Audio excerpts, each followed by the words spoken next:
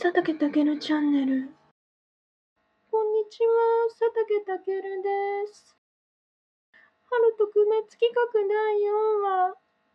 今回は河津桜を見に埼玉県の久喜市にある鷲宮へ行ってきました。